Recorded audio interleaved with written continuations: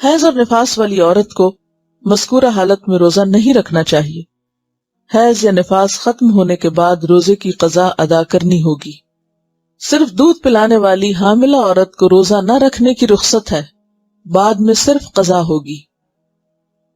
عن ابی سعید الخدری قال قال النبی صلی اللہ علیہ وسلم الیس اذا حاضت لم تصلی ولم تصم فذلک من نقصان دینها رواہ البخاری. حضرت ابو سعید خدری رضی اللہ عنہ نے کہا، نبی اکرم صلی اللہ علیہ وسلم نے فرمایا، کیا ایسا نہیں، یعنی ایسا ہے کہ عورت جب حائضہ ہوتی، یہاں بھی کیا استفہامیہ نہیں بلکہ انکاری ہے، کہ عورت جب حائضہ ہوتی ہے تو نہ نماز پڑھ سکتی ہے نہ روزہ رکھ سکتی ہے، اور ان کے دین میں کمی کی یہی وجہ ہے. اسے بخاری نے روایت کیا ہے. بہرحال انسان جب ایک عبادت نہیں کر رہا ہوتا تو اس کی کمی تو واقع ہو رہی ہوتی. ہاں، یہ کمی پوری کہاں سے ہوتی؟ دوسری طرف جس سبب سے وہ روزہ نہیں رکھ رہی، مثلا دودھ پلانے کی وجہ سے، تو وہاں دودھ پلانے کا جو اجر ہے وہ اس کو الگ طور پر مل رہا ہے. یعنی اللہ تعالیٰ نے عورتوں کے ساتھ ظلم نہیں کیا، بلکہ ایک جگہ اگر ایک فریضے میں کمی ہو رہی ہے تو دوسرے فریضے کے ادا کرنے کا اجر بھی پا رہی ہے.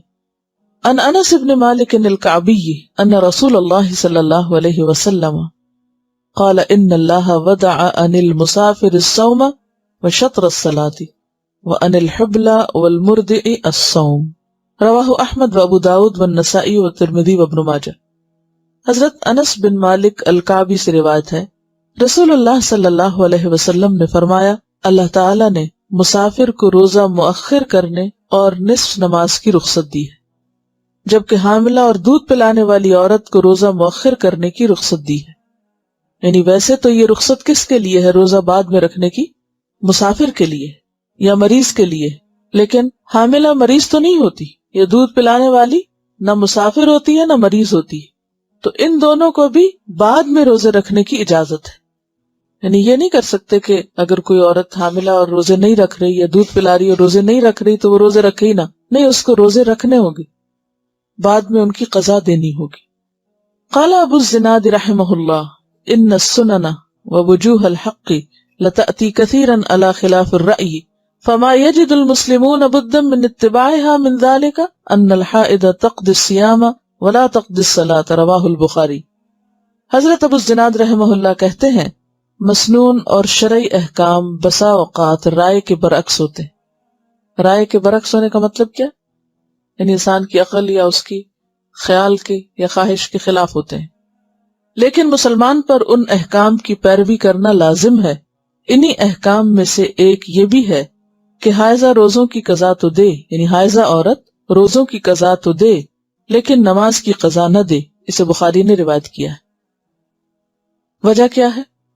کیونکہ نماز ہر مہینے انسان چھوڑتا ہے تو اس میں بار بار ان کو پورا کرنا ایک مشکل کام ہے، لیکن روزہ سال میں ایک بار ہے تو اس کی قضا دی جا سکتی. پھر دونوں عبادتوں کی جو کیفیت ہے وہ بھی مختلف ہے. اور ویسے اصل حکمت تو اللہ ہی کو پتا ہے، ہم نہیں جانتے، لیکن ہم تو بظاہر اگر کوئی ایک بات سمجھ میں آتی ہے تو اسے سوچ سکتے ہیں، ورنہ تو اصل کیا ہے؟ اطاعت، اتباع، فرما برداری. روزہ رکھ لو، رکھ لیا، کہا چھوڑ دو، چھوڑ دیا. نماز پڑھو، پڑھ لی، چھوڑ دو، چھوڑ دی. قضا کرو، کر لی، نہیں کرو، نہیں کی. تو اصل حکم کیا ہے؟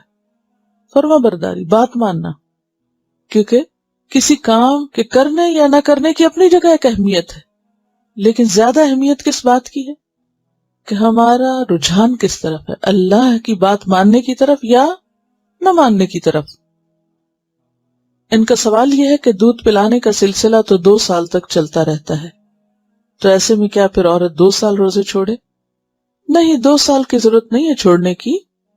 ایک وقت ایسا ہوتا ہے کہ جب بچہ بہت چھوٹا ہوتا ہے اور اس کی ساری غذا صرف ماں کا دودھ ہوتی، وہ ابھی کچھ کھا نہیں سکتا.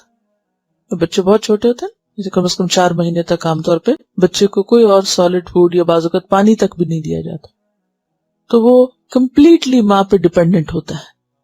ایسی صورت میں اگر ماں روزہ رکھ لے اور کچھ پیے نہیں، کھائے نہیں، تو کیا ہوگا؟ دودھ میں کمی ہو جائے گی.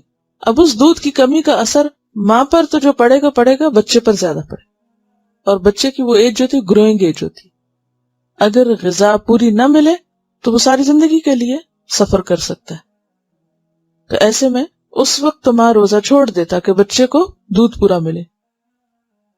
لیکن بچہ جب 1 سال کا ہو جاتا ہے اور بھی چیزیں کھانے پینے لگتا ہے تو دودھ ایک اضافی غذا ہو جاتی.